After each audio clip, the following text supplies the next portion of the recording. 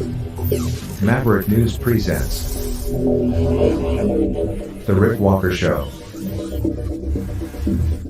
Defrag your mind.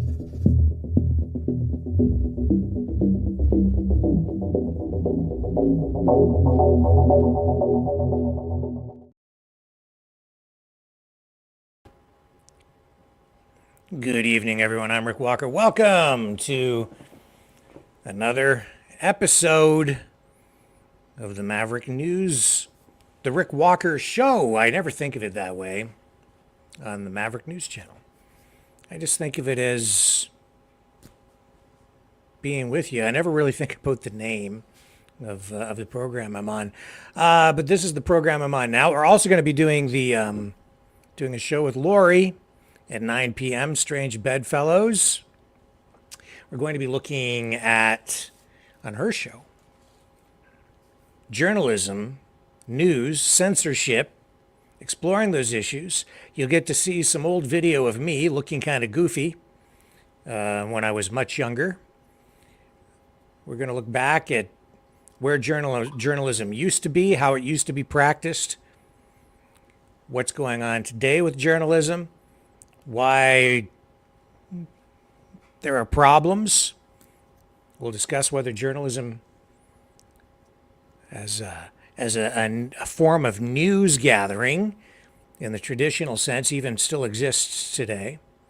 So it'll be an interesting conversation and very relevant. It's going to go into places, I think, that you might not expect. I think it will be a colorful conversation. Here tonight, though, before we get to Lori's program later in the evening, we will have to talk about some important things here. Zelensky came to Canada yesterday with his hand out, tin cup in hand, and he got what he came for, a whole bunch of money. The day before, he was down in the U.S., and he got what he came for, ATACMs, missiles. We'll look at what those missiles are, why they could be pivotal in the Ukraine-Russia conflict, which is really a NATO-USA-Russia conflict. But we'll discuss. I'll show you why it's important. And this ought to pique some interest in our chat and with our regular viewers. 5G and an event coming up October 4th and possibly October 11th that I think some of you may have heard about. I'll tell you about it, and I'll tell you why some people are concerned, why some people are saying that this is controversial, and we'll give you both sides so you can make your own assessment on that. So those are the main things we're going to get into this evening.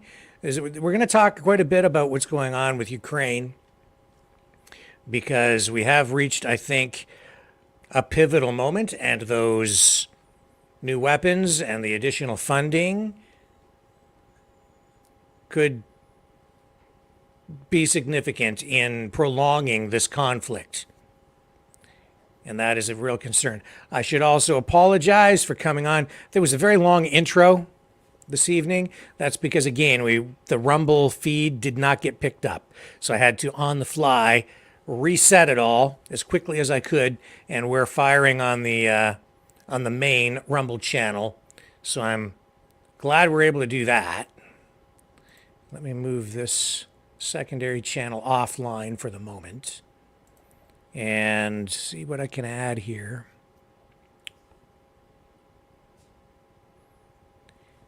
Just to pick up maximum distribution.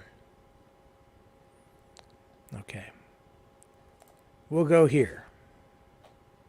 Will we? Yeah, we'll go there. And away we go. All right, we're up on Twitch. All right. So don't go away. Stay with me. I'll be right back, and we'll start digging into the meat.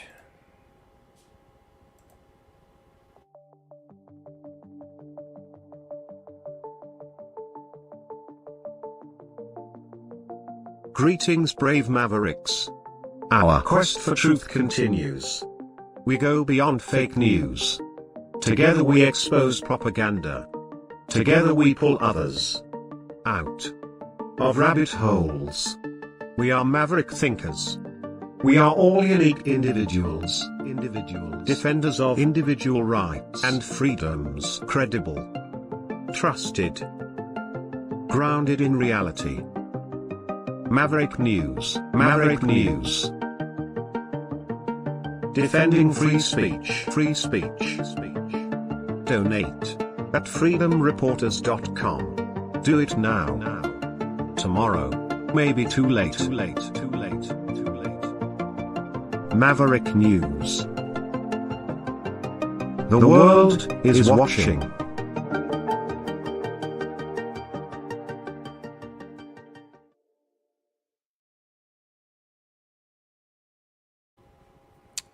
Yeah, quite a week. Quite a weekend. Volodymyr Zelensky came to Canada and he wanted money. And he got money, $650 million, which will be used to finance the construction of some light armored vehicles in London, Ontario, which will then be shipped over to Ukraine. That'll take some time. But Canada's funding of the Ukraine war has been, on a Canadian scale, substantial. We're now up to well over $9 billion that Canada has committed to this war. We're up to close to now to about $9.6 billion. And so Zelensky came, he said, I'll take one of those and one of those and one of those. And then they went for dinner. But before they went for dinner, he gave a series of speeches. He appeared before Parliament. He met with the Governor General. He had photo ops. He hugged Trudeau multiple times. They're best buds. He held a news conference with the Prime Minister. Zelensky then went to the dinner, and then he had another speech last night. And Canada's Deputy Prime Minister and Finance Minister, two portfolios, one person, Chrystia Freeland, spoke as well. And Chrystia, of course, has strong family ties to Ukraine. And let's show you what she had to say last night. Oh, it was such a patriotic thing. I think she's more passionate about Ukraine than she is about Canada. I'll tell you that. Listen, look at the way just look at the glow on her face, the warmth that she has for Ukraine. I never see that kind of emotion from her when she talks about Canada. Maybe it's because she's here all the time. Who am I to doubt her patriotism? You can be the judge. Just take a look at her face and listen to her voice and listen to her enthusiasm as she kicks this event off last night, where they met with Ukrainian Слава Україні! Canadians. Слава Канаді!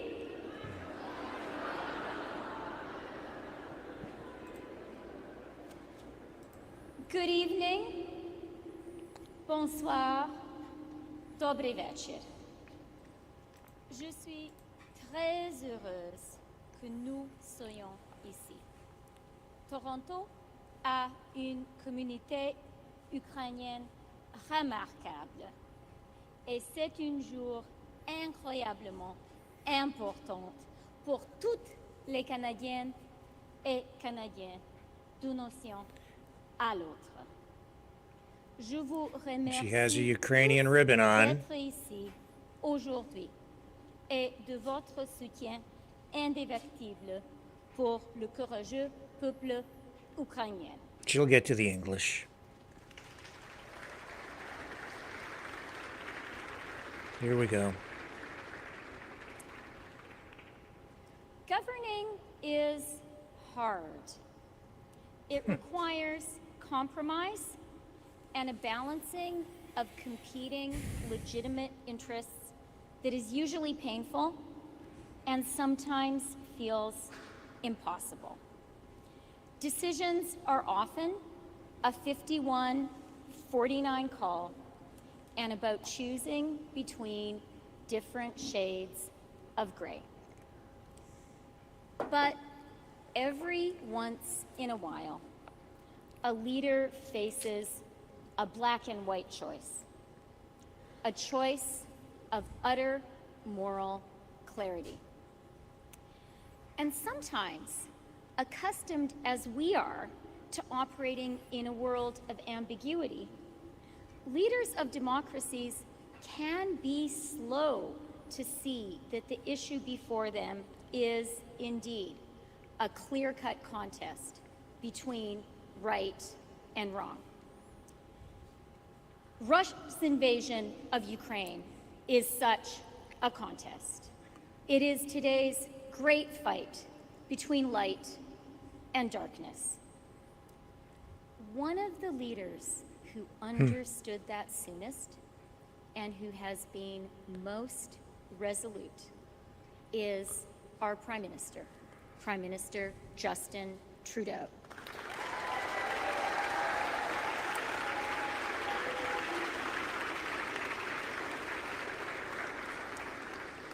A few days after Putin's tanks rolled across the Ukrainian border, I was in a meeting with the Prime Minister.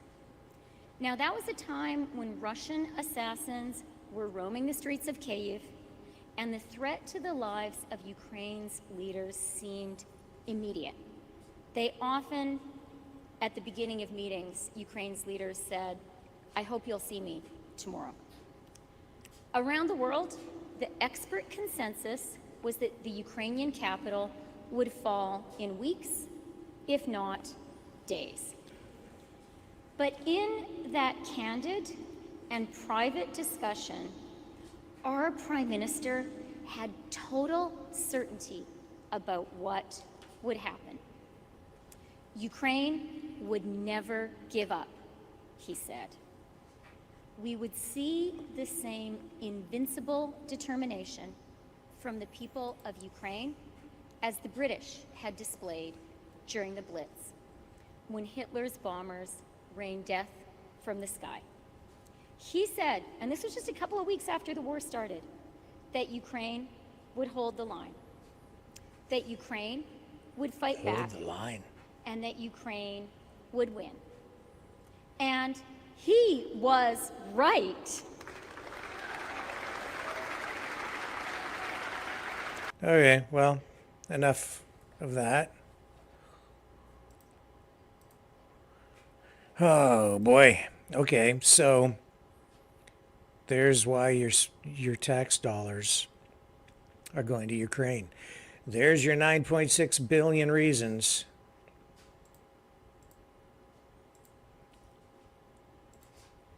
$9.6 billion. And here's JT. We'll get to Volodymyr Zelensky in a moment. But just to give you a little taste of what was going on last night with these folks who were at a fancy schmancy dinner also, by the way, courtesy of the Canadian taxpayers. Many conversations with you over the past year and a half. I've mentioned the unwavering support that Canada and Canadians have for you and for Ukraine.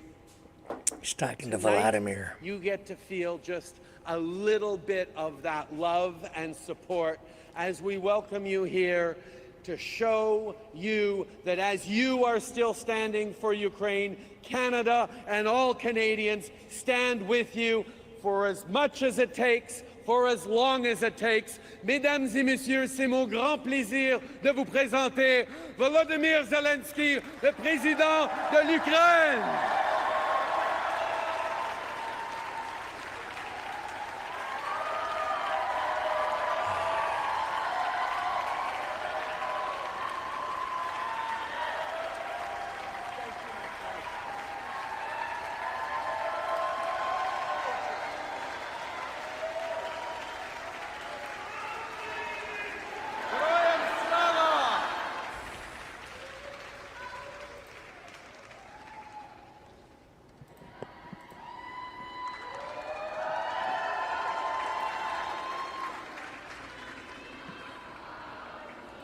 Слава Україні!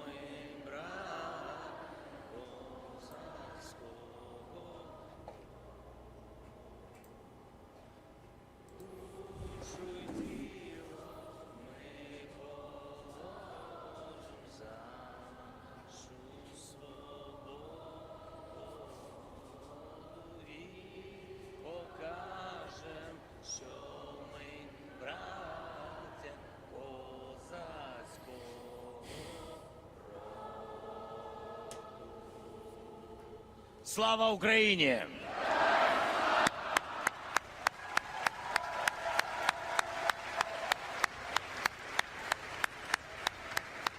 Всі ці оплески нашим воїнам. Слава Україні! I'm so proud to hear it in Canada.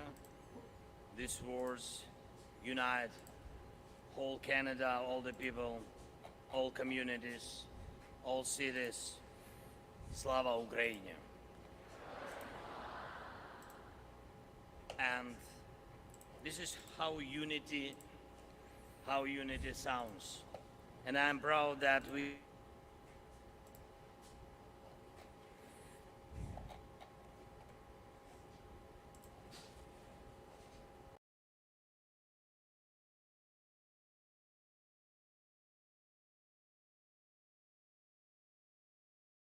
Oh man, lost the feed. Hang on, that's okay. We can pick this up here. We didn't have Rumble firing properly. I'll pull this down. Sorry folks, another technical problem. Let me just run a promo here and I'll get things sorted out.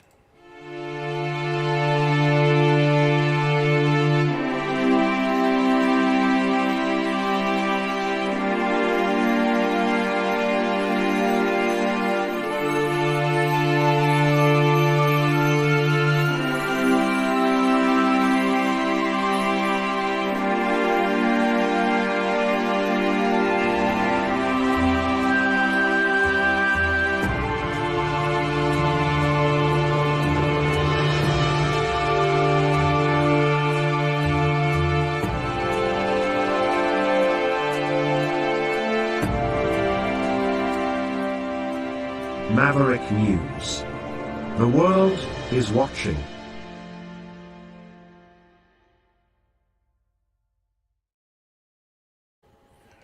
Okay, I've got it back. Here we go. it's so inspiring. And it's not just inspiring, it helps others. It helps us all to become stronger. And we are stronger.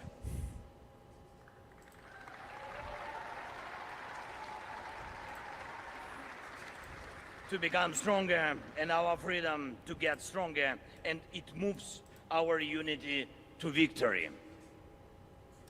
Ukraine's victory, Canada's victory, people's victory.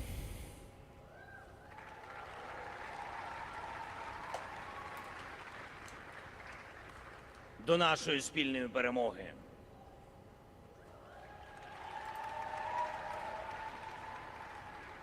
The victory will be ours, and I have no doubt. And I hear, no, I don't hear. The victory will be ours. Yeah. Now I hear.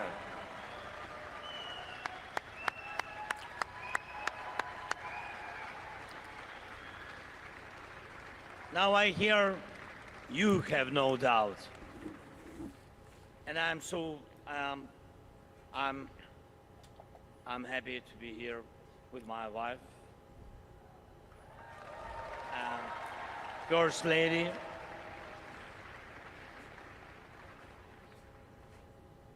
Three days together. The first time from the beginning of full-scale war. Thank you, Justin.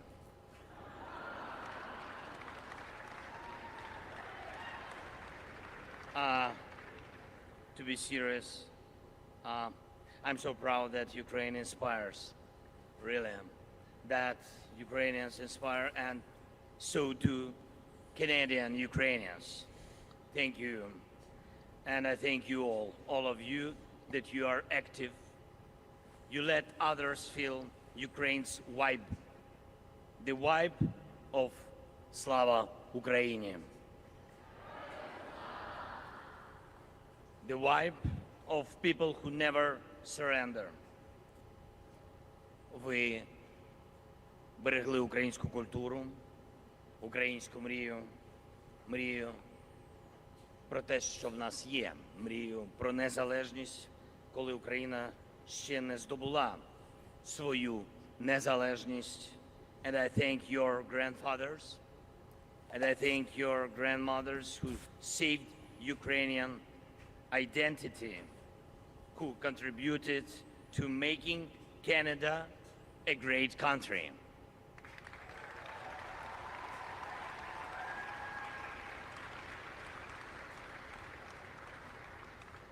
І ви допомагаєте берегти Україну зараз. Це дуже важливо зараз, коли ми захищаємо і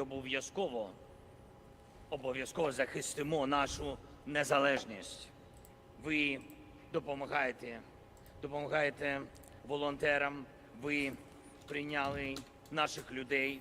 Canada trains our guys, our soldiers, our warriors. Canada gives weapons to Ukraine to move forward, to push back Russia. And I thank you for this. Thank you all.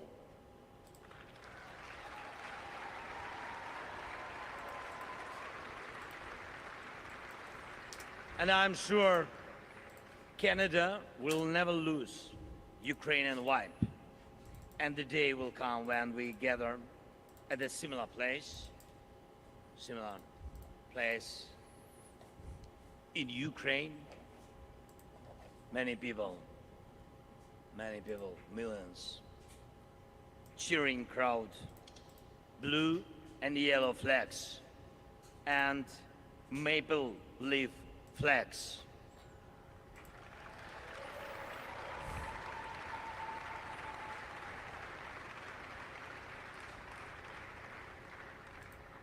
And the whole Ukraine will say, thank you, дякую, дякую тобі, Канадо. Слава Україні! Thank you, Justin. Teresa, thank you.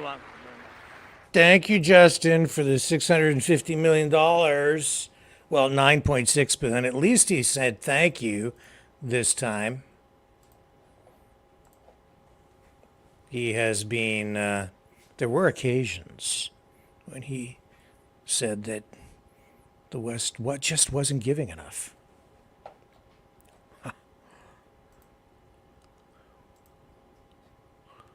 Well, that's what was going on inside. This is what was going on outside as the Prime Minister was leaving the Royal York Hotel. I'm not sure how I feel about this. Actually, I am, but I'll keep my thoughts to myself. All right, here we go. It's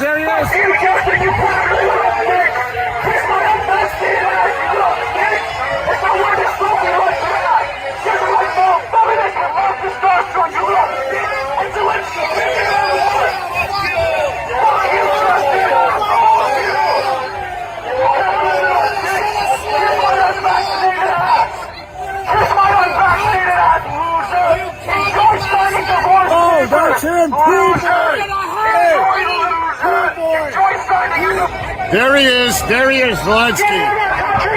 Go home. Get out of our country, Zelensky! Get out of our country! Pay for your fucking war! Pay for your fucking war! No more globalism! No more authoritarianism! People up there are fucking starving! Fuck the WEF! We know who you work for! We know you're an actor! Trudeau and Zelensky on the move. Come on, traitor. Come on, you little traitor. Come on.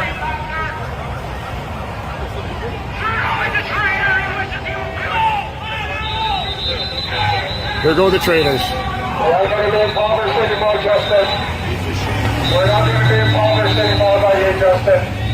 We're not going to give this country over to you, Justin. You're not going to be the tyrant that you want to be, Justin. Freedom!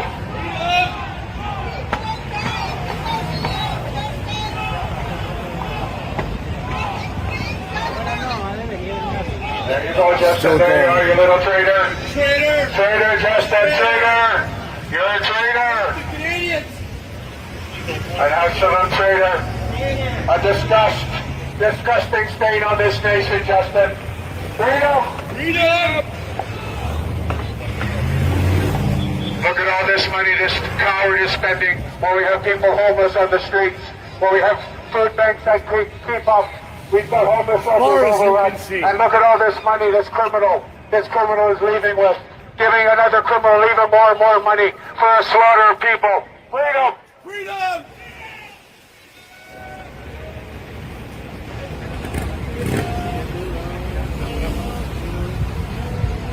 I just want to roll that back for a moment. Even more and more money for a slaughter of people. Coward is spending. Back for a moment. While we have people homeless on the streets, while we have food banks that keep up, we've got homeless overrun. And look at all this money this criminal is leaving with. Giving another criminal even more and more money for a slaughter of people. Freedom! Freedom!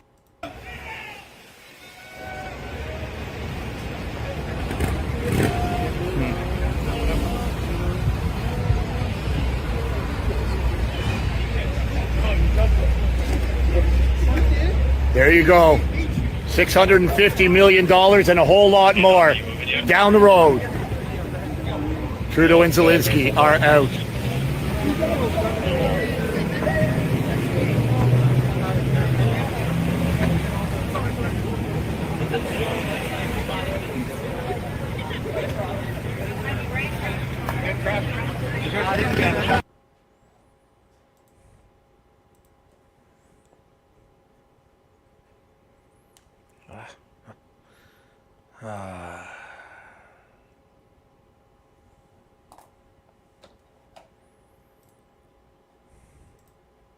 What a state we're in. Here's the moment that Storm Shadow missiles fired by Ukrainian forces hit Russia's Black Sea Fleet headquarters in Crimea this week. We had Kevin Michelizzi on with a report talking about this, but I'll highlight this again because Zelensky's visit here coincided with this attack. All of this, I think, is, well, I'm going to slow this down too so that you can see it more clearly. All of this is pivotal. This is actually, I think, we really need to be paying attention to this because we are going to see a lot more of this. And I'll explain why.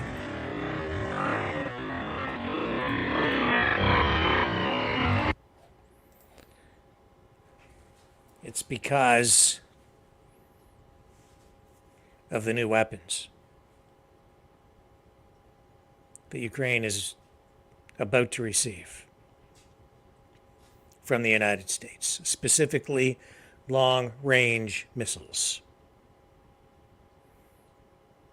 So they already have long-range missile capability with these Storm Shadow missiles, but these are launched from aircraft. So they can really only be used in certain situations. If you think back a number of months ago, and even to the beginning of the conflict, the United States indicated it was not willing to give Ukraine long-range missiles. They gave them these HIMARS missile launch systems, but they did not want to give them the long-range missiles to use with those systems because of concerns about possible escalation with Russia on the kind of technology that is being used in this conflict, and also because they were worried about what the Russian response would be if targets were hit inside Russia. The United States wanted to avoid that, and they made Ukraine agree to not strike targets inside Russian territory with those HIMARS missile systems, the ones that they provided, which are only, they're shorter range missiles that are, or munitions that are being provided with those systems right now. But the day before Zelensky went to visit Trudeau, he met with Biden in Washington and came away with ATACMs.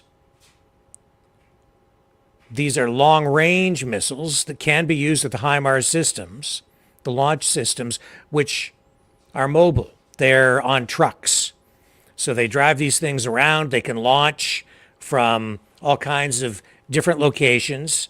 It adds new versatility to what goes on the battlefield,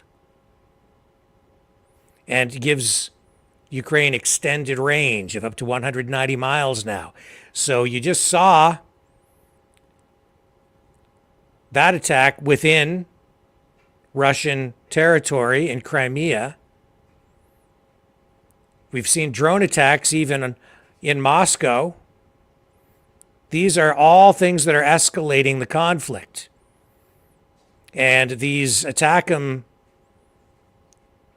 missiles are high tech. Here's Biden this week, just a couple of days ago, signing the paperwork, or actually, he's actually just referring to notes, but he's announcing this. And look who's sitting beside him, Antony Blinken. And here we are.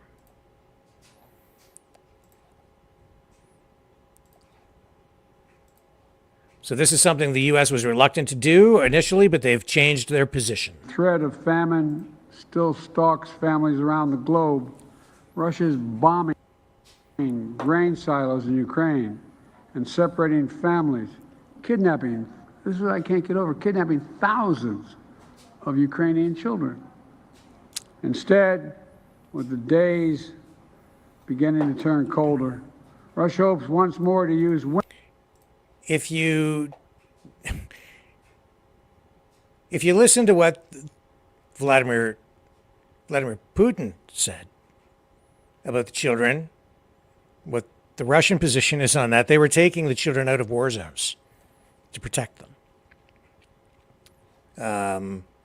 That's a lot different than kidnapping, but anyway. Winter as a weapon against the people of Ukraine.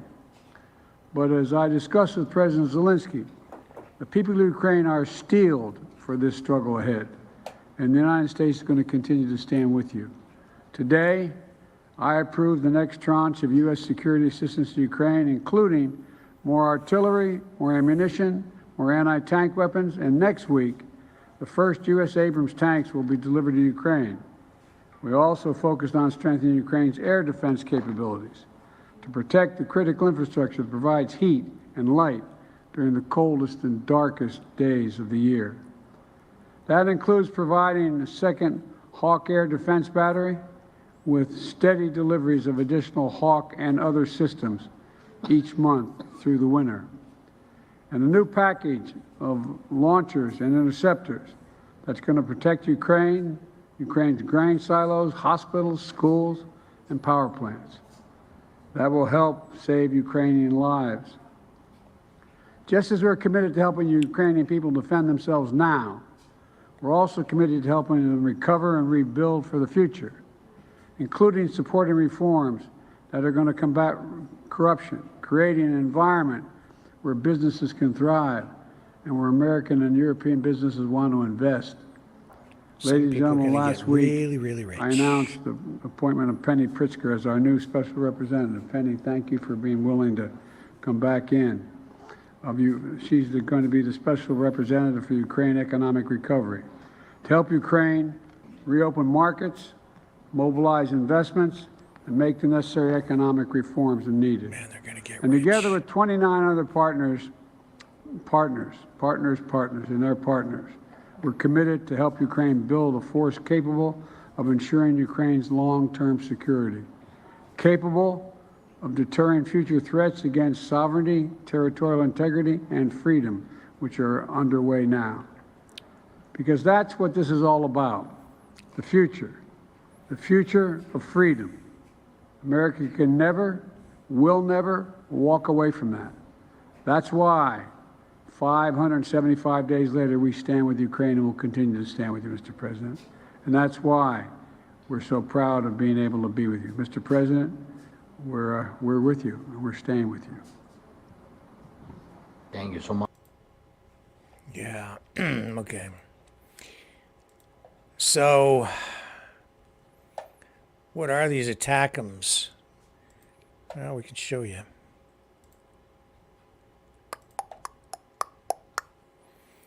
These are long-range missiles with a range of up to 300 kilometers, 190 miles. And here's what they look like.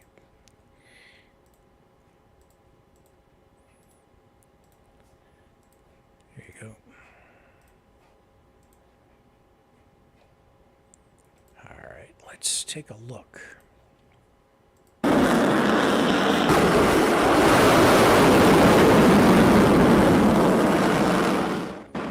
Russia declares that ammunition. So, these ATACM missiles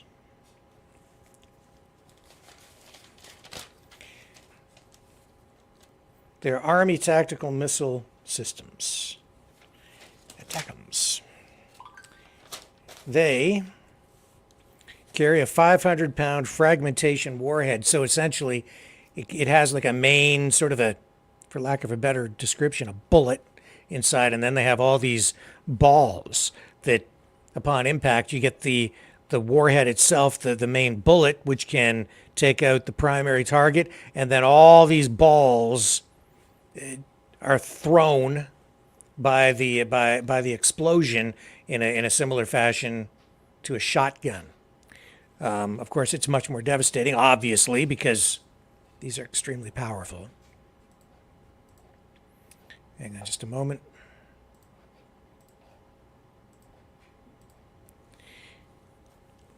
$190-mile range. The U.S. was reluctant to send these things initially because they don't really have that many.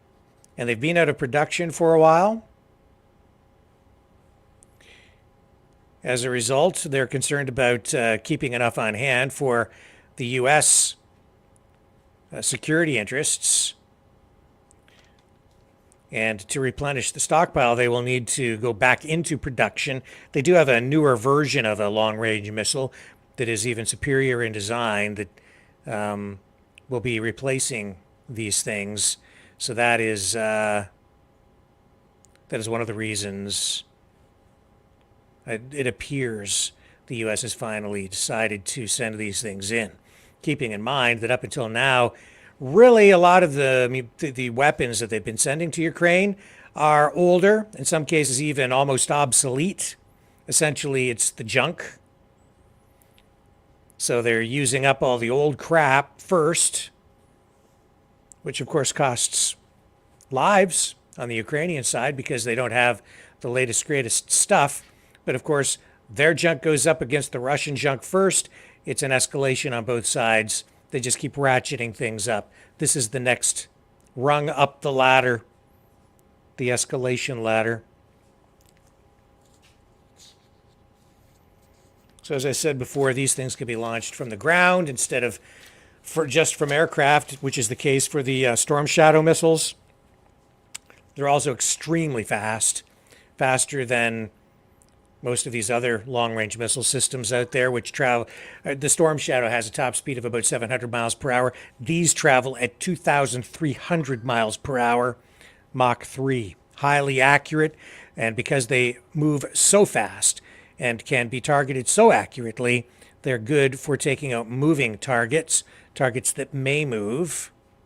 And that is also because they are maneuverable, which makes them more difficult to shoot down because of the maneuverability and the speed.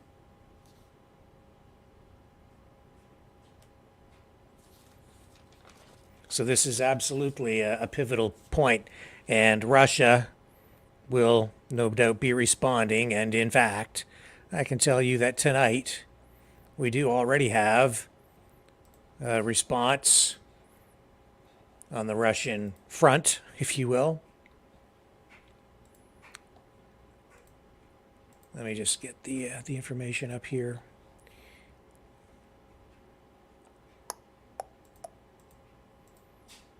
So what we have is Lavrov saying that if Russia, or if the West wants a battlefield resolution to the Ukraine conflict, he says, so be it. And this coming out tonight. Here we are. Here's one version of that story. As you can see, Russia's foreign minister says Moscow welcomes negotiations about Ukraine but has ruled out a ceasefire. If the West is seeking to settle the Ukrainian conflict with force, Moscow will respond accordingly, Russia's foreign minister Sergei Lavrov said in a press conference following his speech at the United Nations General Assembly in New York today. He says, in general, Russia must be defeated on the battlefield. He says, the West says that in general, Russia must be defeated on the battlefield. He says, no one wants to seriously show understanding of what is happening, and those who understand do not really want to show it publicly, he said, before adding that if the West wants to resolve the issue on the battlefield, so be it. And of course, we've heard Putin and Lavrov both refer to the West as an empire of lies, and used that phrase again during his speech to the UN.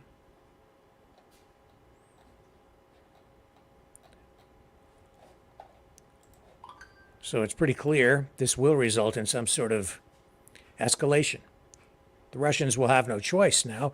They'll need to respond in kind because strategically this is also important. The attack on the headquarters of the Black Sea Fleet yesterday, largely a public relations exercise. It doesn't really change anything in terms of what's likely to happen because they just took out a building. They didn't really damage any ships or anything like that, but they were able to point to it while Zelensky was in Canada and coming off the heels of that meeting with Biden and say, hey, look at what we've done. Look what we can do. We're making progress. Well, in reality, again, strategically, not significant, except that it is important on the information warfare front. That is where Ukraine really seems to have focused a lot of its attention, right from the very beginning, is on propaganda, information warfare, trying to project an image of success, when in fact, quite often what they've done with their propaganda is it's just been so easy to disprove what they're saying, that I think especially in the early days of the conflict, it really damaged their credibility.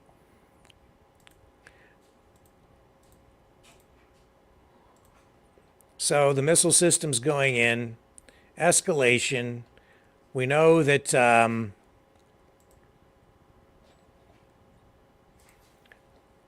we know also that the tone of coverage in the West is changing. Even the New York Times recently published an article, an editorial, saying that the counteroffensive is not likely to achieve what the West is hoping. And here, again, is another article, this one echoing those sentiments, because some American officials have said that the Ukrainian counteroffensive appears likely to fall short of its goals. So here's an article reflecting those comments, just so you know that I'm not alone in this assessment. Officials in Washington have suggested that Ukraine's military forces won't be able to cut Russia's land bridge to Crimea as part of their counteroffensive or achieve other key goals. And again, I told you that came from the New York Times. We conveyed that the day that came out. And this information is being repeated in other media outlets around the world.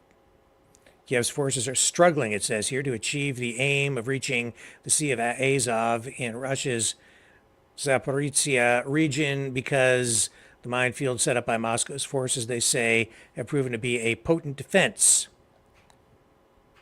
That from the New York Times.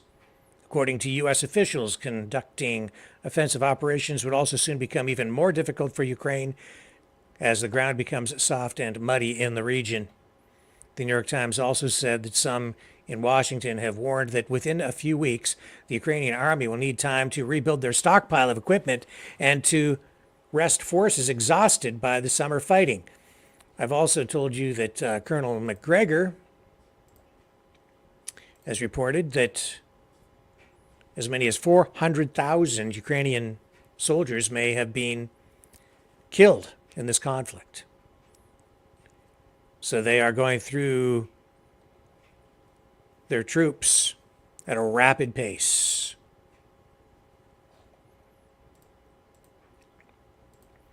In addition to that, we're seeing evidence of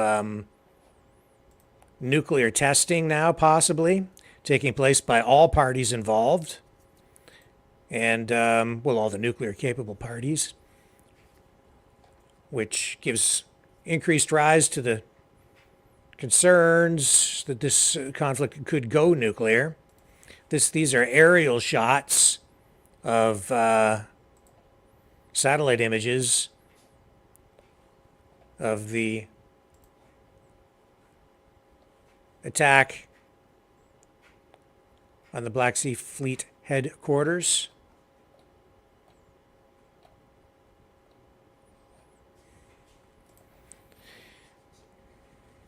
And so again, more of a public relations exercise than anything else. But the fact that you're seeing these kinds of attacks, now these additional long-range missiles being added to the equation, you're going to see more attacks like this, and probably more significant, because they now have the capability, or will have the capability, to strike targets, especially in Crimea, which they want to push the Russian forces out of.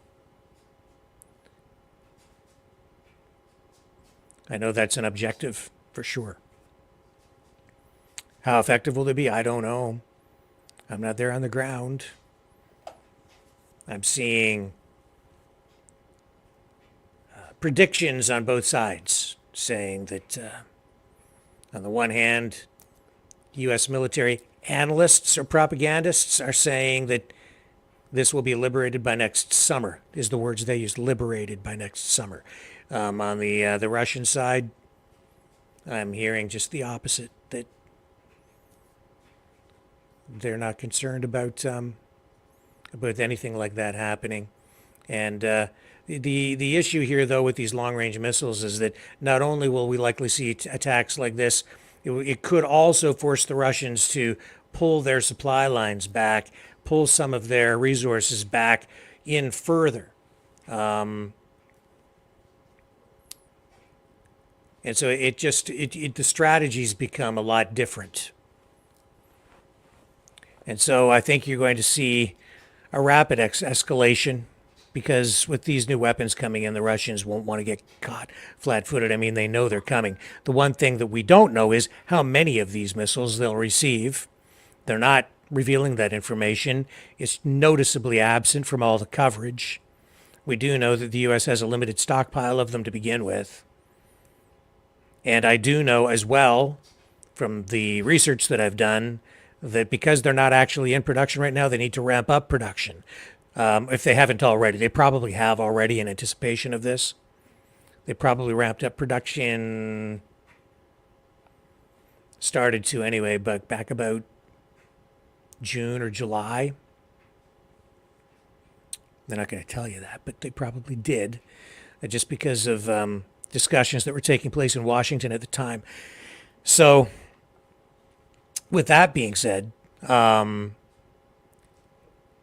the initial plan was to, if they were going to give these missiles to Ukraine, was to increase production, not take any out of the U.S. stockpile because they have a limited number.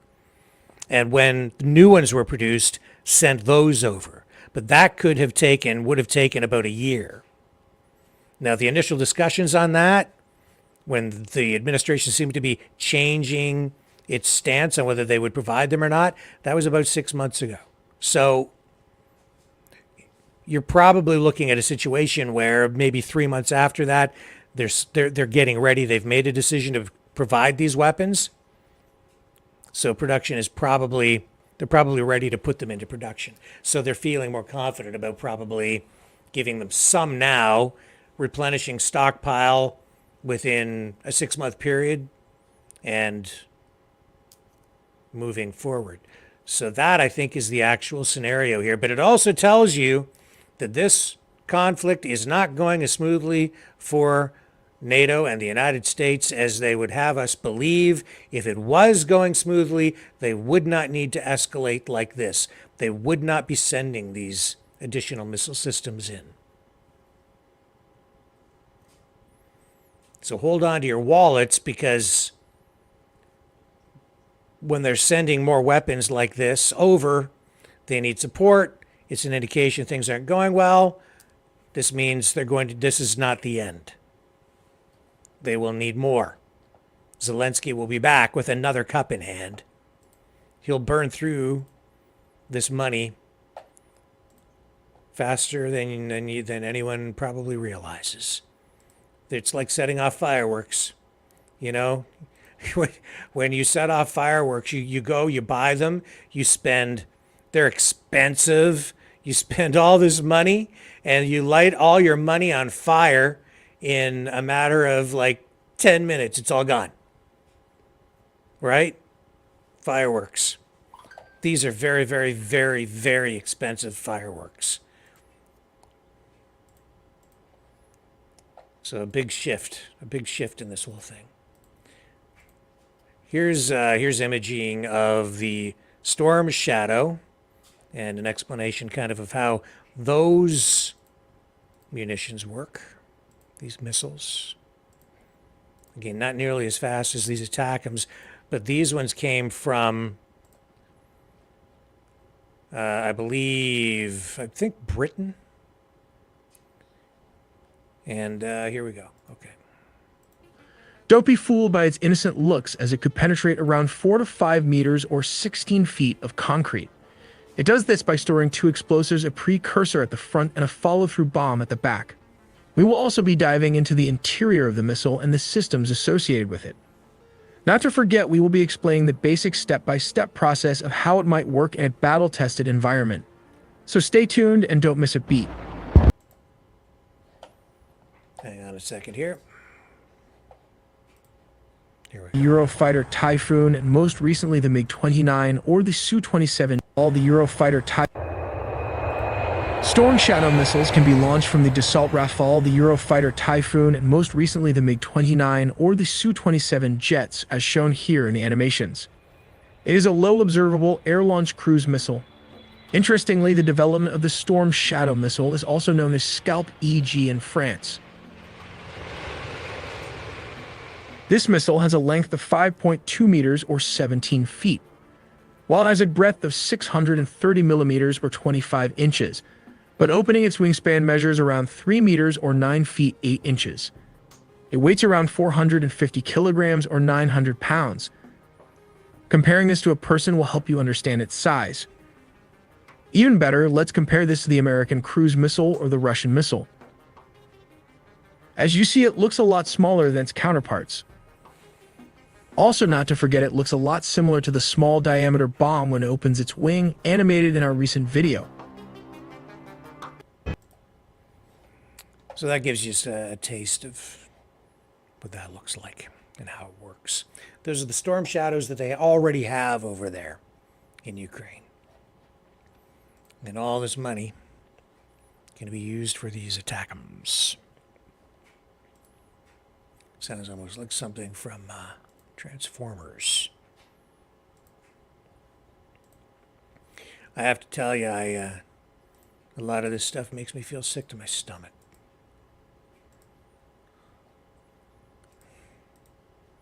It's absolutely insane. It is obscene. The money, absolutely obscene. I don't know what else to say. It's disgusting.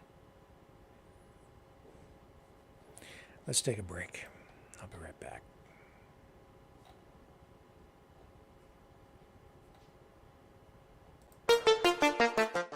The New World Order. Government overreach. The Great Reset.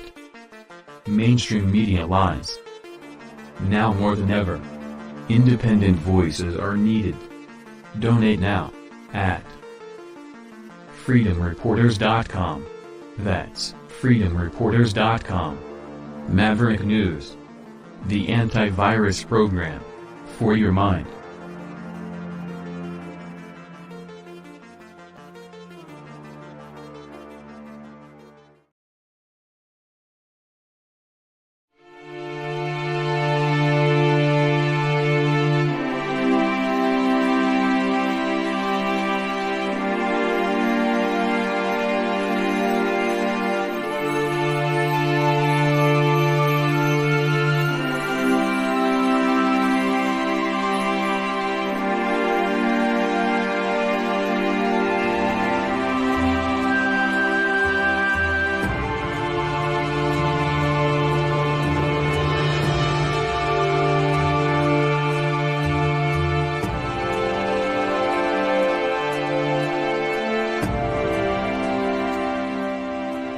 Maverick News. The world is watching.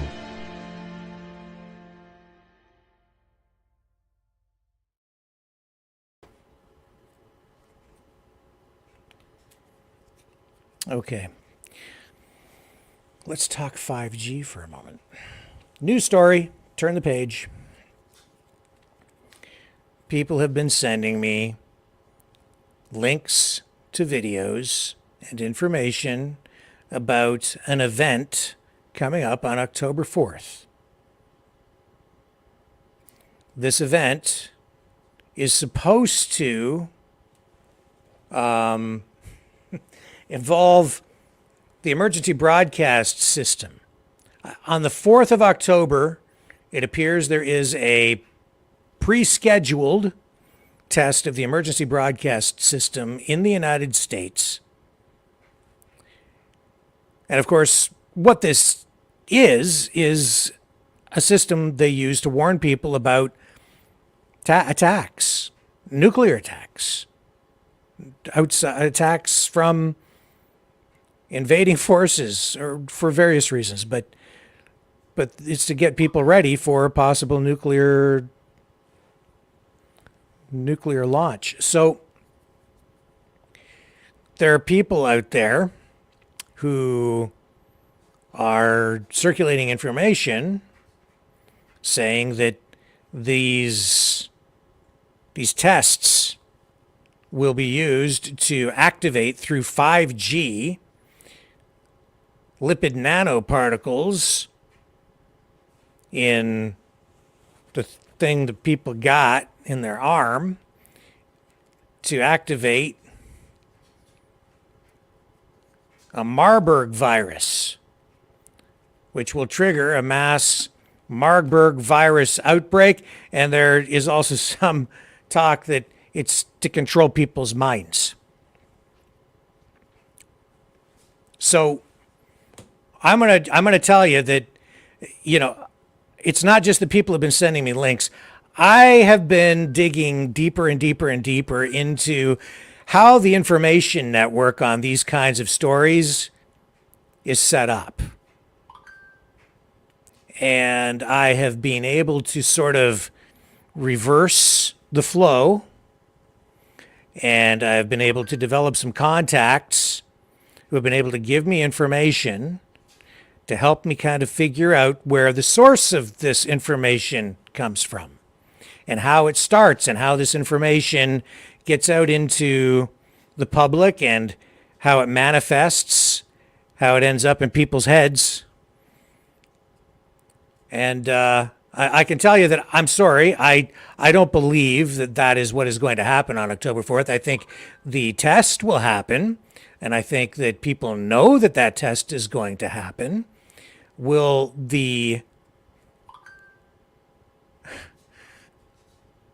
it trigger an outbreak of the Marburg virus? I don't think so. Will it control people's minds? I seriously doubt it. However, what I have determined is, and now it is being reported on InfoWars, but here's the test, isn't it? Okay. So now, Greg Reese, is that his name? I think it is. He did a report on it. He's not the source, the original source for this stuff. But he does lay a lot of it out in a report that he did. And I've kind of dug back. All right, let me just show you. So he gets this report here. And he's referring to this guy who he blurs his face out, okay? Because this is one of the guys who actually, he's not the primary source. It starts way before this. But this guy made a video, latched onto the information. It was handed off to this guy who made it started to go viral. And he's been telling people that this event is going to happen. And they're advising people on October 4th to turn their cell phones off for a prescribed period of time. I believe starting around 2 o'clock in the afternoon. Could be wrong about the time. I can't remember the exact time. I think it's 2 p.m. Might be noon to 2 or 2 to 4. It's one or the other. Anyway, turn your phone off to protect yourself. Which makes no sense, honestly. Because if they're sending up bursts of 5G communications radiation to activate something, that radiation comes from the 5G towers, not from your cell phone. So that's stupid. It doesn't even make sense. You can't protect yourself from a 5G signal coming from a tower by turning your cell phone off. The cell phone is just a receiver. And any radio waves, there are radio waves in the air all the time, whether it's, the FM radio station in your town or radios that the cops use, EMS, police, military, companies, others, 4G, cell phone radio waves, shortwave radio, all kinds of different radio waves bouncing around all the time in the background. It, generally just doesn't hurt you because it's not strong enough, but you can't protect yourself by turning your cell phone off. Not from something like that, because if it were actually some sort of an attack, the radio waves would be coming from the cell phone towers. It would just come and hit you just like your phone. And it has to go off in all directions because they don't know where the phones are. So the signal goes out everywhere. You can't get away from it. But it's very low intensity. And the further away you are from the tower, the weaker the signal is. In any event, it doesn't make sense for these guys to tell you to turn. You can turn it off if you want. It's not going to hurt you, but it's not going to help you by turning it off either, if it is an actual attack. But the fact that he's telling you to do that tells me that he doesn't know what he's talking about. This video that this guy made apparently has been taken down now.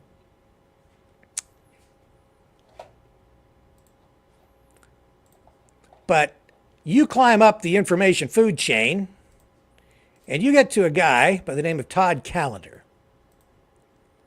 It keeps popping up over and over again in my travels online. He apparently, the information is he's some sort of a lawyer. Yeah, let me see if I've got him queued up properly here. Okay, here's one here.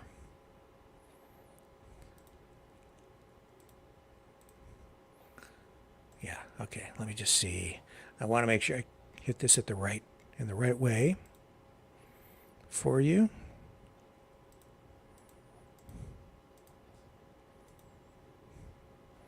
I had him queued up. Let me take a little break here. I'm going to come back. I'm going to show you the original source. Well, source higher up. Hang on a second here.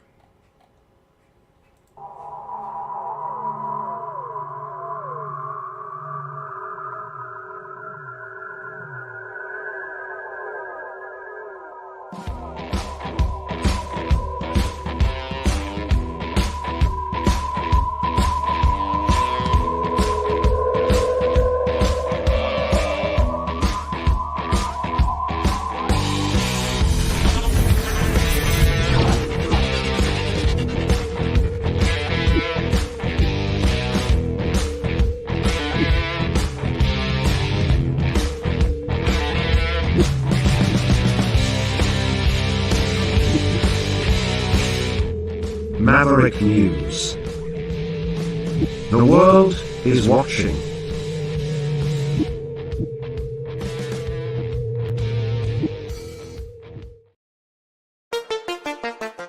The New World Order. Government overreach. The Great Reset. Mainstream media lies. Now more than ever, independent voices are needed. Donate now at freedomreporters.com. That's freedomreporters.com. Maverick News. The antivirus program for your mind.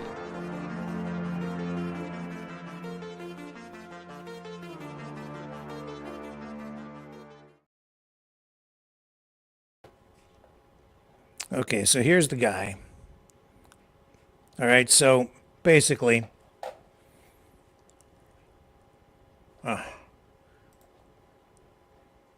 you can believe what you want, but I'm not alone in this. Okay, so here he is with this.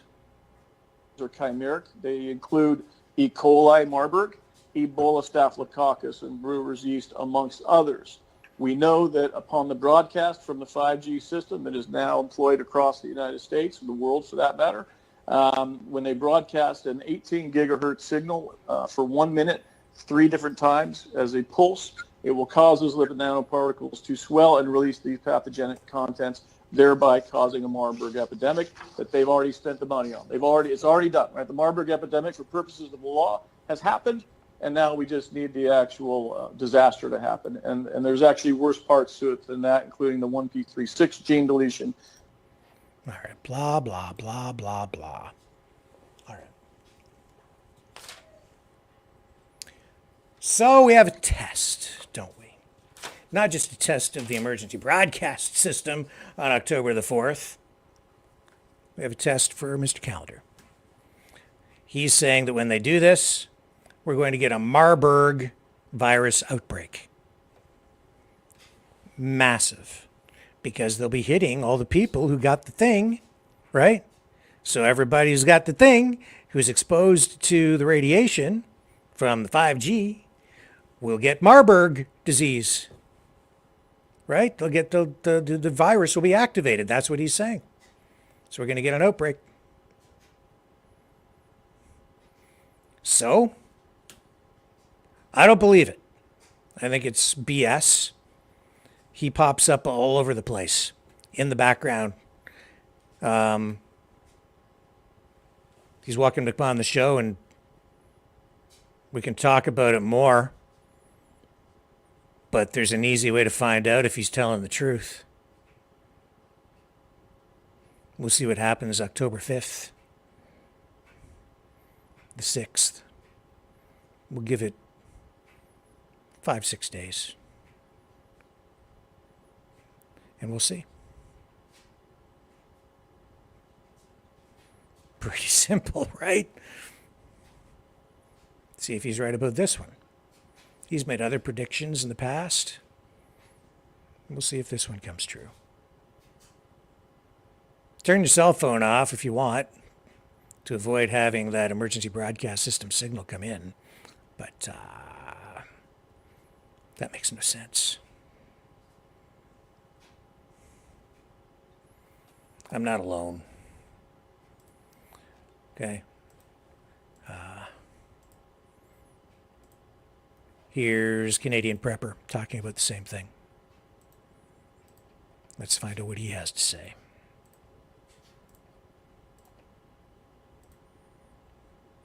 I think, yes, here we go. This is Canadian Prepper. I believe this today. This is his most recent broadcast. I want to make sure I cover all the bases here today. Now, I want to address this clown right here, and that's what this guy is. He's a charlatan. He's a dilettante. He's just, this is why. Hang on.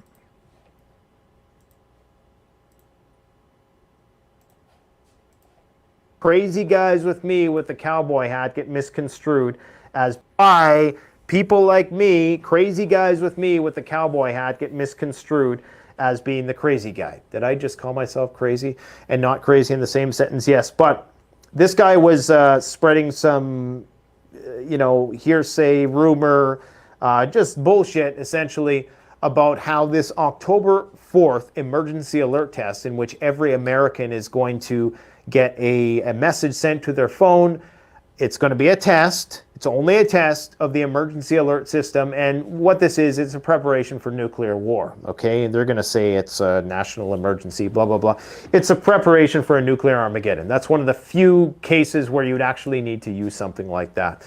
Anyways, this clown is already starting to push forth the idea that this is sending signals to the phone and it's going to mess with people's brain waves and blah, blah, blah, blah, blah. Every single time they do this, I almost think they send people like this out there because it takes away from the realistic, the highly probable risk of a real deal nuclear war. It's not about manipulating your brain frequency and all that. They could do that without sending you a message on your phone. Anyways, he deleted the video. I'm sure somebody probably reported him because, I mean, it's just, I didn't report him. I don't report people. I want to let the free market of ideas sort things out. But very, very dangerous to just presume that, oh, the real reason why they're doing it is because they're trying to control everybody's thoughts with the phone. And it's not what it is. It's preparing us for, hitting the deck and ducking and covering, so that all the elites can get to their bunkers safely and we stay off the roads. Now, the U.S. is buying a... Yeah. Yeah. And it's not just the mind control thing. He's also been going on, they've been going on about this Marburg virus outbreak. So let's see what happens. There's the test. There's the test. Now, is 5G harmful? I know that it's been studied. There are various papers written on it. It is a concern, of course. Electromagnetic radio frequencies, high intensity microwaves, they can have impacts on human health and even the health of animals and even plants. Electromagnetic radiation can stunt the growth of corn off electricity towers. It's a scientific fact. Radio operators during the Second World War developed cataracts. It was a common side effect of long-term exposure to the radio waves. So we know that those things are true. It's absolutely true. And microwave radiation can excite the cells, heat them up. That's how a microwave oven works. But there is science behind all of it. And, microwave radiation, that operates at a certain frequency. 5G operates at a very high frequency. And I know that there are a lot of concerns among some people about the health impacts from it, or potential health impacts. I've seen reports from some universities saying there's no danger at all from it, to other reports that say that it can have and probably does have an impact when it's high intensity at very close range on a variety of different human functions, possibly increasing risks of some types of cancers or whatever. But overall, it looks like it's extremely safe because you and I were far away from these towers. I used to work in a radio shack, like a real shack, with a giant tower above me. I worked in there for years with all kinds of radio transmitters up on the top. And I know that there was electromagnetic radio frequencies of all kinds bouncing around out there. We had a big microwave dish, but the thing to remember about microwave frequencies is that they're very, very targeted. And so we would use a transmitter on a dish mounted very high up, and then there would be a series of dishes to collect the signal, because it doesn't scatter everywhere. It's line of sight, and it's a very narrow beam. That's why they use microwave transmitters like that, because they can travel very long distances in a very tight beam and get captured by like a small satellite style dish and then bounce from tower to tower all the way around the earth. If you wanted to do that, you could repeat the signal over and over and over again. So when I was working in television, that's how the signals were broadcast. They still use microwave systems to send television signals by tower on land instead of just by satellite quite often. So those systems are still in use today. Anyway, just bringing your attention to this because it's something that's obviously making the rounds, and of course you're free to believe whatever you want and research whatever you want, but here's an example of something here's a prediction from someone way up the information food chain. Let's see if it comes true. If in the week of October 4th, after the 4th, if we see a Marburg outbreak, then we'll know that it's true, that the 5G towers are activating the virus within the lipid nanoparticles in people's bloodstreams, and they're bursting to let these toxic viruses loose in people's bodies to create a mass epidemic of Marburg virus. And I don't believe it. It's not going to happen. I'll put money on it. I'll put money on it. We're not very far away. It is 23rd today. So if we see a Marburg virus outbreak en masse, like on the 6th, 7th, 8th, whatever, then I'll owe somebody a donut. What's in the chat? So simple as that. UHF or VUHF, yeah. What is a Marburg? It's Marburg, B-E-R-G or URG, Marburg virus. It's a highly virulent disease that causes hemorrhagic fever with a fatality ratio of up to 88%.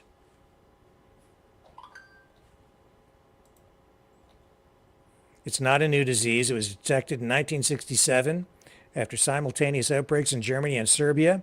Numerous outbreaks have occurred since, including in Uganda, Dominican Republic, or Uganda, rather, Democratic Republic of Congo, and in Ghana.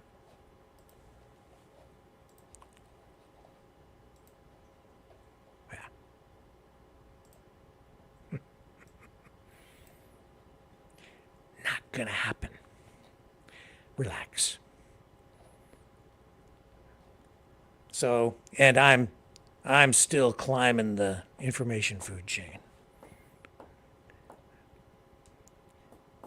Climbing the information food chain to get more info on how this information keeps flowing down and out and where it's coming from. I'll get to the source.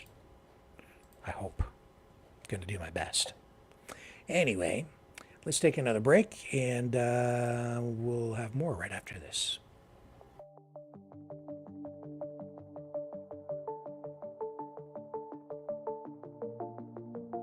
Greetings, brave Mavericks. Our quest for truth continues. We go beyond fake news. Together we expose propaganda. Together we pull others out of rabbit holes. We are maverick thinkers. We are all unique individuals, defenders of individual rights and freedoms, credible, trusted, grounded in reality. Maverick News, Maverick News. Defending free speech, free speech. Donate at freedomreporters.com. Do it now. Tomorrow may be too late. Maverick News. The world is watching.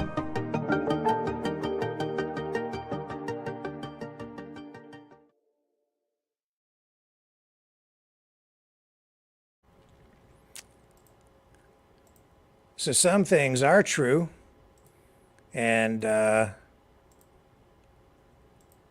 tell you, the truth is sometimes stranger than fiction. Although this particular story has been done before, putting a pig's heart into a human being.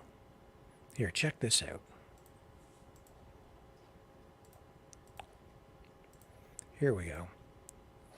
Surgeons perform second pig heart transplant trying to save a dying man. So it says here, this from Yahoo News. What's the original source on this? Canadian Press. Surgeons have transplanted a pig's heart into a dying man in a bid to prolong his life, only the second patient to ever undergo such an experimental feat. 2 days later, the man was cracking jokes and able to sit in a chair, Maryland doctors said yesterday. The 58-year-old Navy veteran was facing near certain death from heart failure, but other health problems meant he wasn't eligible for a traditional heart transplant, according to doctors at University of Maryland Medicine. Nobody knows from this point forward, at least now, he says, I have hope and I have a chance. His name is Lawrence Fawcett from Frederick, Maryland, and he said in a video recorded by the hospital before Wednesday's operation, I will fight tooth and nail for every breath I can take. And so they say the next few weeks will be critical. Doctors are very happy with the early response to the pig heart implantation. He says, the doctor says, I just keep shaking my head. How am I talking to someone who has a pig heart? The doctor's name is Bartley Griffith. He performed the transplant And he says doctors are feeling a great privilege, but, a lot of pressure. Isn't that amazing? I don't know how I feel about that. I'm glad the guy is alive. I just don't know how I feel about putting animal organs into human bodies. I just think things kind of get, what can I say? They just get pretty darn complicated, don't they? I don't know. How do you guys feel about it? Here are some pictures on Twitter I can share with you.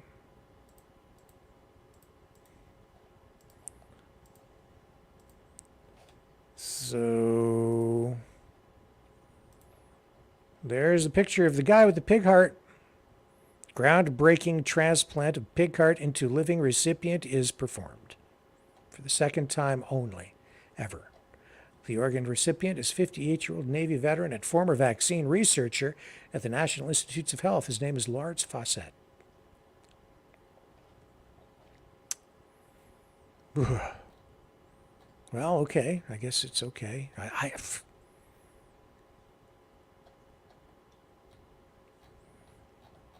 Interesting, isn't it?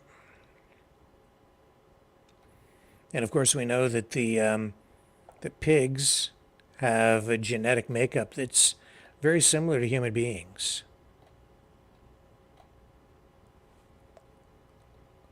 Here's in a human, and that here's a clip from a doctor.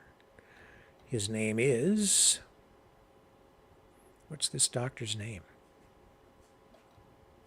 I guess this must be the doctor who performed the transplant. Okay, so let's listen to this clip. it's an amazing feeling, right? I mean, it's an amazing feeling just to see that he was on the team. I guess his name is Dr. Mohammed Mawhidin, and he's from the hospital where this was performed. It's an amazing feeling, right? I mean, it's an amazing feeling just to see this big hard work in a human and that person talking to you, right? So nothing can beat that feeling. But at the same time, we want this to work for a longer period of time. I keep shaking my head. How can I be talking to somebody who has a pig's heart? I mean, it's remarkable. It's crazy, right? I have been rejected by every human transplant institute on the East Coast. We are now down to my only real hope left is to go with the pig heart, the xenon transplant. Wow.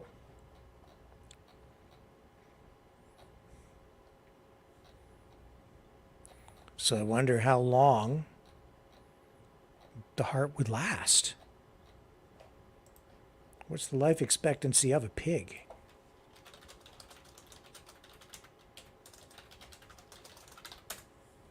Five to 18 years. Does that factor in to how long someone who receives a pig heart transplant would be expected to live?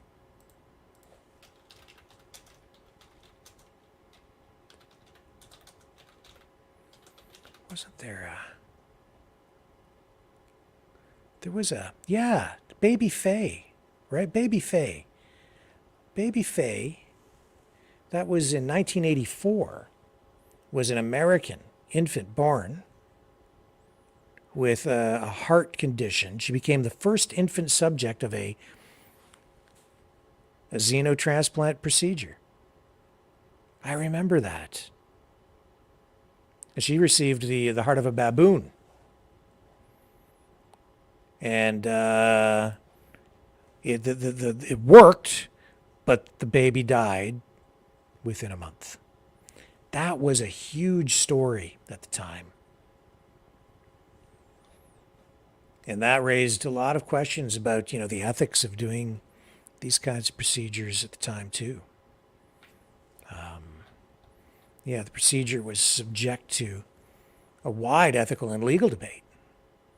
but the attention that it generated, and I'm just reading off Wikipedia here, is thought to have paved the way for Bailey to perform the first successful infant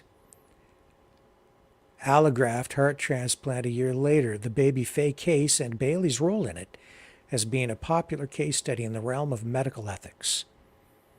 There were questions as to whether parents should be allowed to volunteer children for experimental medical procedures and whether the parents themselves were properly informed by Bailey. The case further brought up debates regarding the risk-benefit ratio that should be considered ethical when dealing with experimental procedures on human subjects. Charles Krauthammer, writing in Time at that time, said that the Baby Faye case was totally within the realm of experimentation and was an adventure in medical ethics. Ultimately, the American Medical Association and top medical journals criticized Bailey, concluding that xenografts should be undertaken only as part of a systematic research program with controls and randomized clinical trials. The validity of the consent obtained in the case of Baby Faye has also been largely criticized. Bailey originally alleged that he obtained consent following a long discussion with the mother and father. It was later revealed, however, that the father was not present at the time of the consent.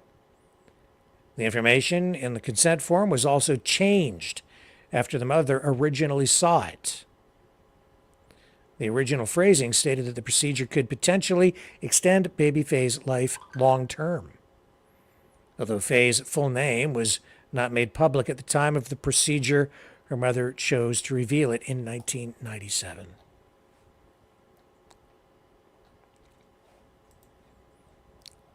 And I think we are still wrestling with the ethics surrounding these changes in medical technology. And I think sometimes we use the word advances or improvement, but I'm not so sure. I'll say changes. Sometimes change does not always mean we move forward. It might be a move forward. I don't know that it is, if you understand my meaning.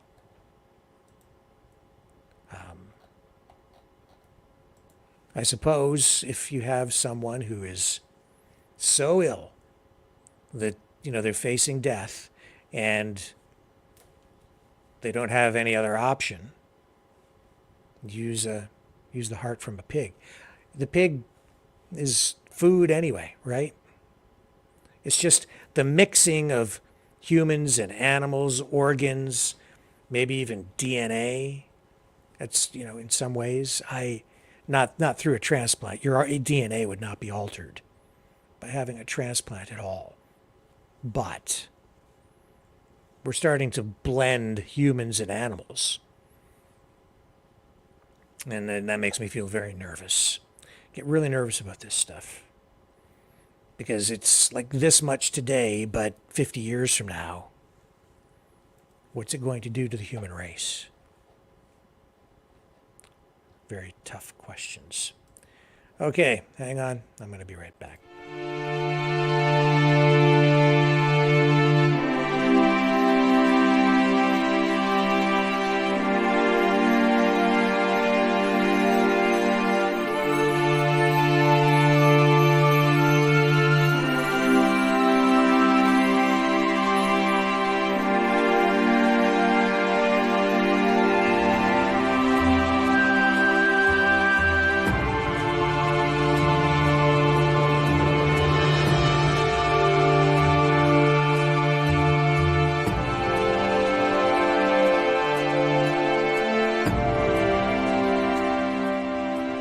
Maverick News.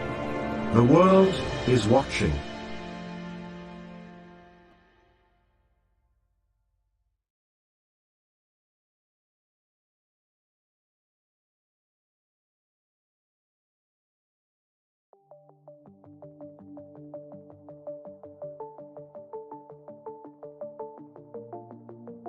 Greetings, brave Mavericks. Our quest for truth continues. We go beyond fake news. Together we expose propaganda. Together we pull others out of rabbit holes. We are maverick thinkers. We are all unique individuals, defenders of individual rights and freedoms, credible, trusted, grounded in reality. Maverick News, Maverick News. Defending free speech, free speech.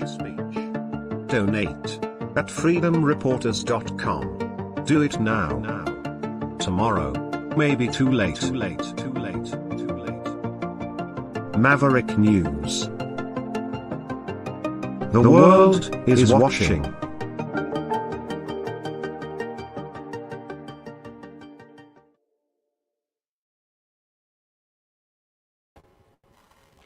So I have here a list that is being released of friendly and neutral countries that are being allowed to trade on Russia's currency exchange market. I'm just going to go down the list.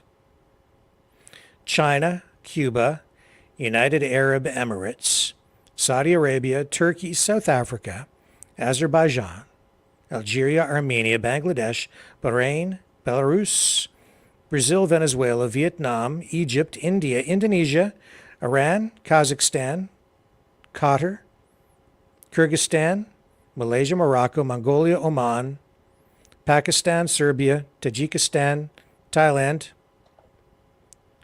Turkmenistan, Uzbekistan.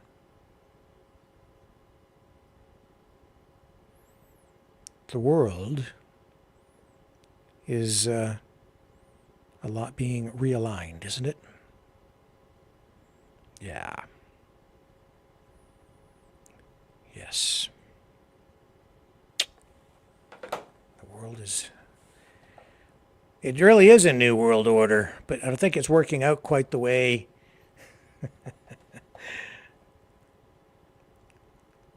George Bush was envisioning. That was the first time I really made note of the use of the New World Order phrase, is when he used it. The globalists, right? Not working out quite the way they had planned. So, we shall see. Folks, it is coming up now to 7:45. I do want to remind you that we absolutely need your help. It's getting near the end of the month. Bills to pay. I'm not going to lie. We need help. Yesterday, we are monetized. Just to give you perspective, okay? Yes, we are monetized on Rumble, on the main channel. And yesterday, we made 11 cents.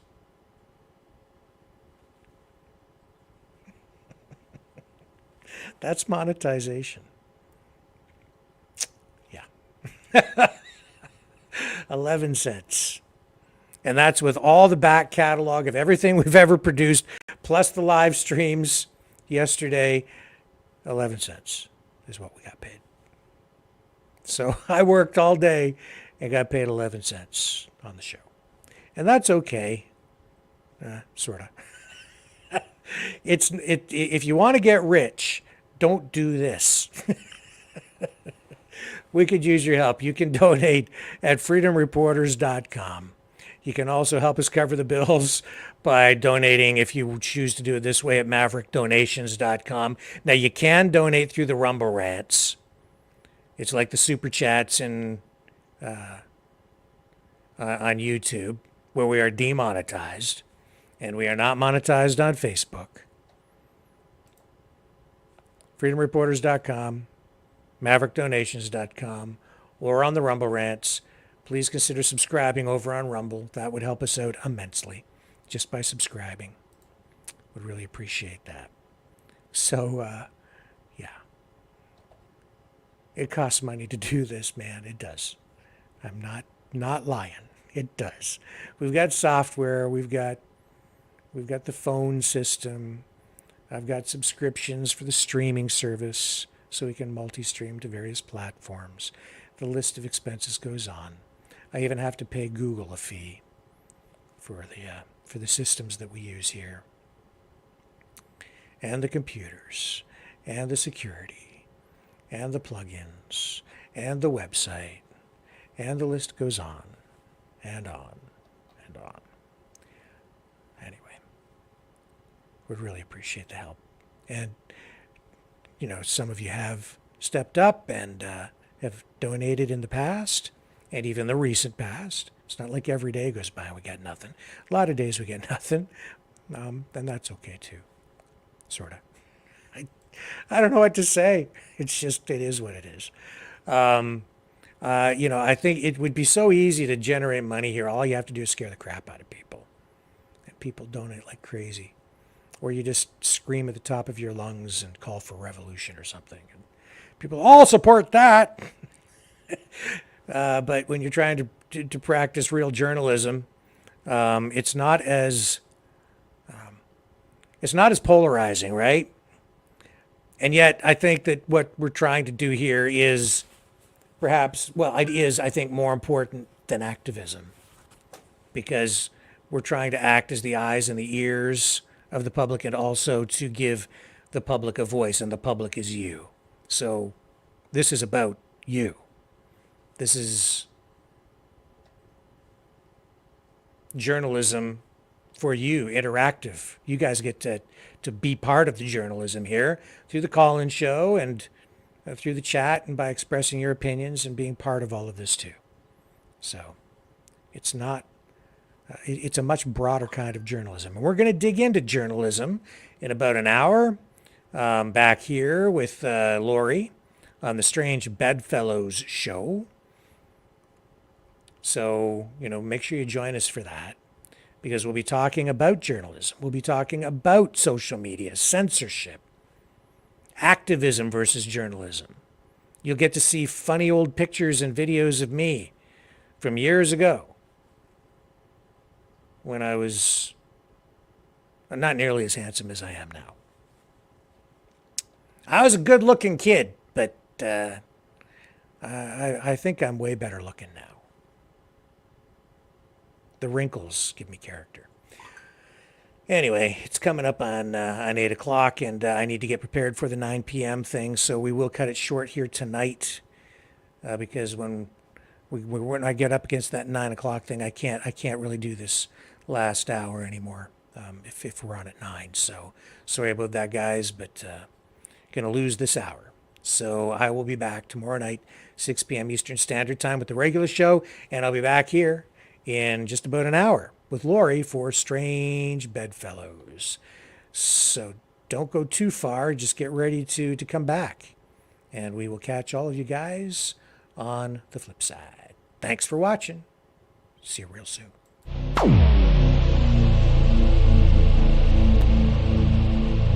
This has been a Maverick Multimedia production.